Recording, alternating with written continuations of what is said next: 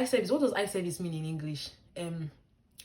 iService. What's iService in English? English is not iService. Well, you know what I mean. Hey guys, welcome back to my channel. So on this video, I'll be talking about top mistakes that international students make. Okay.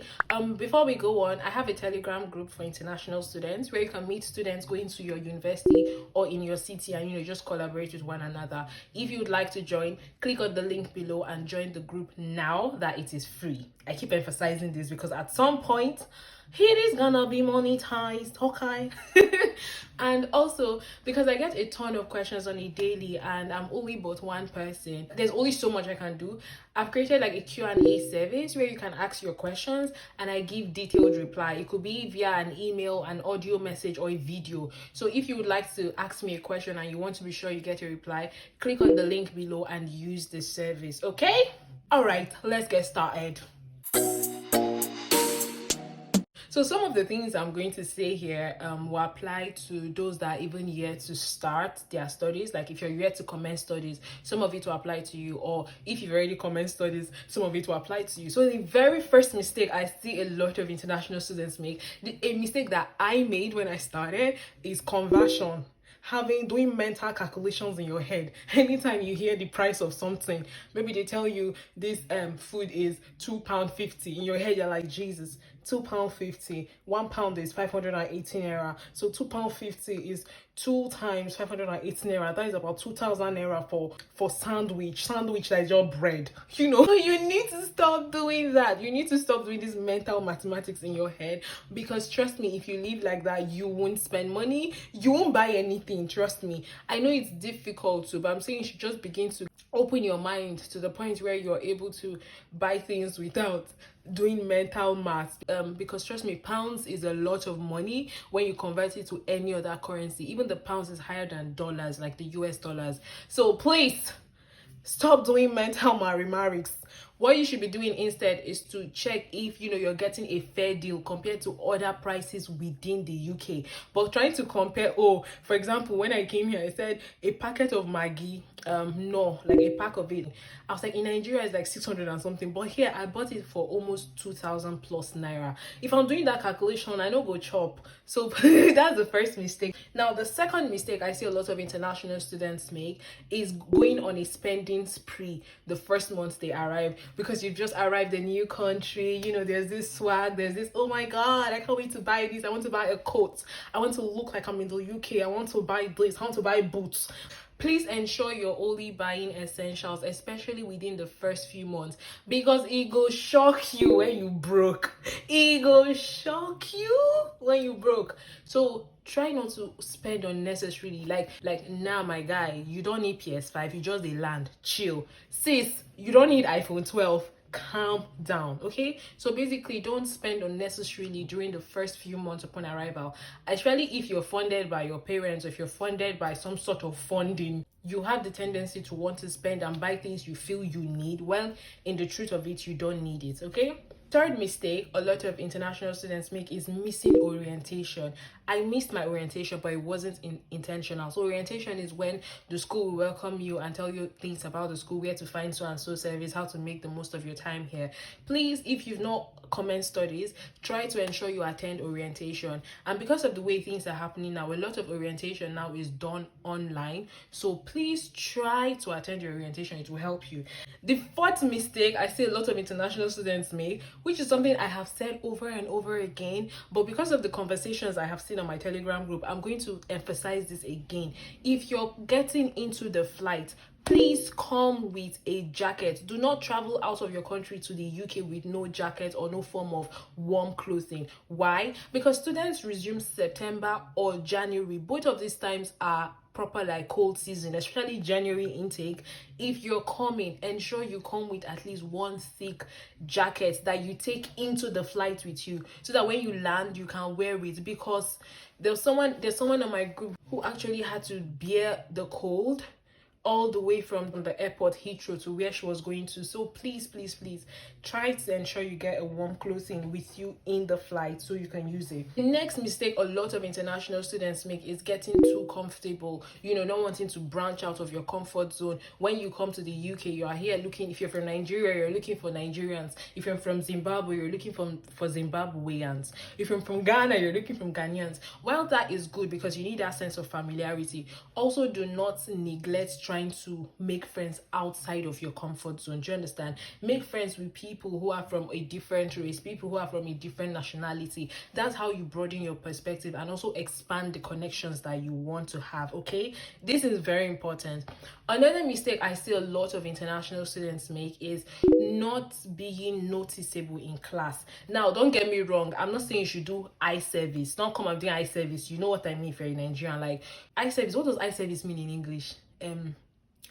Eye service, what's eye service in English? English is not eye service. Well, you know what I mean. Don't be doing eye service, but try to ensure that your lecturers know you. In class, interact. In class, ask questions. Be seen, be heard, okay? Because I've told you, like in the previous videos that I've made, that your reference letters are very important in the UK. There's nothing you will do in the UK that they will not ask you for reference letter. You know, gas, you won't be. So your lecturers are going to be the ones to write references for you, especially when it has to do with job hunting, like later on, especially for like tier 2 visa and all of that. So ensure you have a good rapport with your lecturer. If you have contact hours with them, use it. Just get them to know you, if that makes sense. Another mistake a lot of international students make is buying all the books you need before you come in, or arriving and buying all the books you need.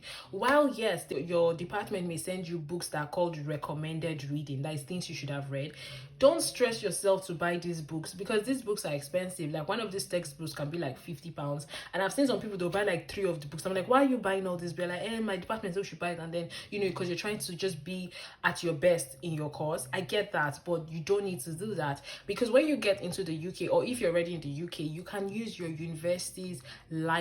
There are a ton of resources you'll find there, and sometimes a lot of schools have partnerships with other bigger universities. So like a small university like my university, the University of Portsmouth, can have a partnership with Oxford. You get to have access to their e-library, so you're going to have a lot of resources. You don't need to spend buying them. And also from the e-library, you can borrow books and return them. So I really do not advise you buy any textbooks unless it is extremely important that you have your copy, because most times you can borrow books from the library and have it with you for as long as you want, as long as someone else is not requesting that book. You get, so chill. Another mistake I see a lot of international students make, which is a mistake I made, for a while, is not having a life. Because, we're trying to make sure we get the best grades, and then at the same time, we're trying to balance part-time jobs and some of us volunteering. Like, it's a lot, and it becomes very difficult to have a life. But one of the essence of being in the UK is to broaden your horizon, to interact with other people, to have these connections, okay? So if you don't have a life, a social life precisely, where you can meet with people, have conversations, then how would you get to know people? If you're always working, you're always studying, you're always on your own, nobody would know you. A lot of times in my department, after lectures, my lecturers will be like, oh, let's go to the pub. Who wants to go to the pub? I've told you guys what a pub is, like a bar sort of that you sit and eat and drink. They will invite us to go to the pub, because I'm like, no, I don't have that time to be going to a pub. I did not go. But what I realized later on is that it was actually an opportunity for me to interact with my lecturers, and not just that, but also interact with my classmates in a setting that was not school, that was not formal. You understand? So try to have a social life. Go out with your friends as much as you can, as much as is within your capacity, as much as your schedule can contain. It's really important that you have that work-life study balance, okay? Another mistake a lot of international students make is not exploring the city, not exploring the UK. For me, the only thing that stopped me is COVID-19. I had a lot of plans to travel. Like, before the lockdown started, I was supposed to go to Paris. I was planning a trip with my girls to Lanzarote, which is, I think, off Spain or something, but it's like an island. Like, I had a lot of plans. Even here within the UK, I was supposed to travel to Edinburgh.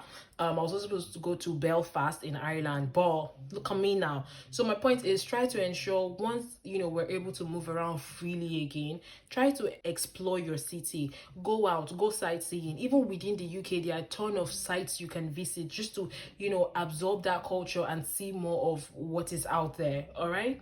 Last but not the least, that I see a lot of international students do, is not embracing the UK culture. See, I get it. I get you don't want to lose your roots. You want to hold on to your roots and everything from your country. But being in the UK, I think coming to study in a new country, one of the things you're coming to do is to learn about the culture here. So you need to be open-minded to it. You need to embrace the way they do things. You need to follow the way things are done in the UK, because it is the culture. And you know the saying, when in Rome, behave like the what? Talk it, let me hear. Behave like the what? Yeah, behave like the Romans. So if you're in the UK, behave like the British people. All right. And one more thing about, just to go back a bit, about having a life or exploring, especially if you're doing a postgraduate course, time will just go by quickly, and before you know, you're at the end of your 1 year masters. You're like, Jesus, where did all this time go? And for a lot of you, this will be your last time in school. No, because calm down, because some of you will not do PhD, so this is the last time you have to be like university students. So you need to maximize it. Make sure you have a life during school, have friends, interact with your colleagues, make meaningful lifelong connections with people. This is really important. This is something I failed to do during my undergrad, and that's why doing my postgraduate here in the UK, I was more intentional about making friendships. So ensure you do that. Okay, I hope this video helps you in some way. All right guys, this is a very, very, very spontaneous video. Very spontaneous video. I hope you enjoyed it. Don't forget to please give this video a thumbs up, subscribe, share, comment, do all the good things, you understand. And don't forget to join the Telegram group on the link below, or use my Q&A service in whatever way you want. Okay, till next time guys, bye.